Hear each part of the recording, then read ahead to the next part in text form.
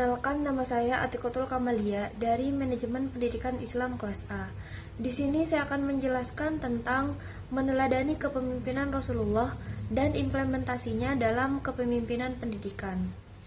Jadi, karakteristik utama kepemimpinan Rasulullah diantaranya ada sidik, amanah, tabligh, fatonah, empati dan kasih sayang, kemandirian dan ketegasan, dan yang terakhir ada kepemimpinan melalui teladan.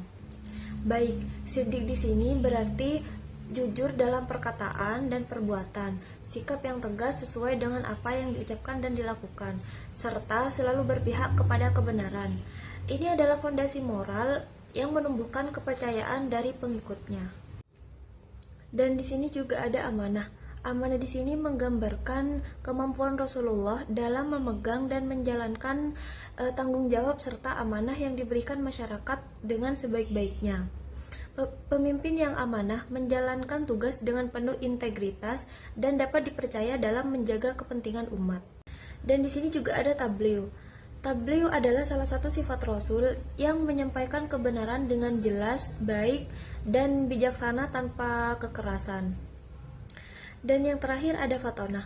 Fatonah menggambarkan kecerdasan Rasulullah dalam mengelola masyarakat dan berpikir jauh lebih baik ke depan, serta mampu memahami konteks sosial dan keputusan yang diambil tepat dan bijak. Contohnya, seperti saat Nabi sedang sholat, beliau mendengar tangisan bayi, maka beliau dengan cepat menyelesaikan sholatnya karena beliau merasa iba kepada bayi tersebut dan ibu yang sedang beribadah bersamanya.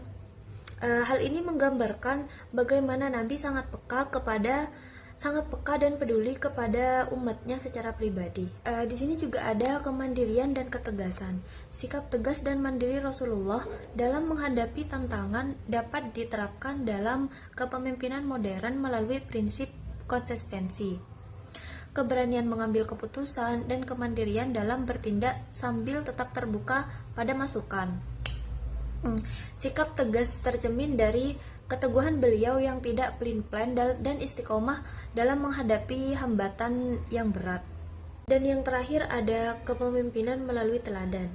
Menjadi teladan dalam kepemimpinan berdasarkan perilaku Rasulullah sangatlah penting karena beliau tidak hanya memberikan instruksi, namun juga mengamalkan nilai dan prinsip yang disampaikan, sehingga memotivasi dan menginspirasi pengikutnya untuk mengikuti jejak positif beliau.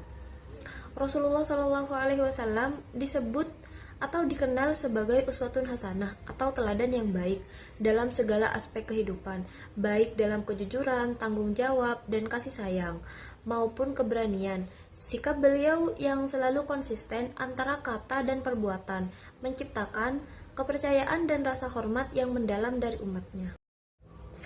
Mungkin cukup sekian paparan materi dari saya. Kurang lebihnya mohon maaf. Assalamualaikum warahmatullahi wabarakatuh.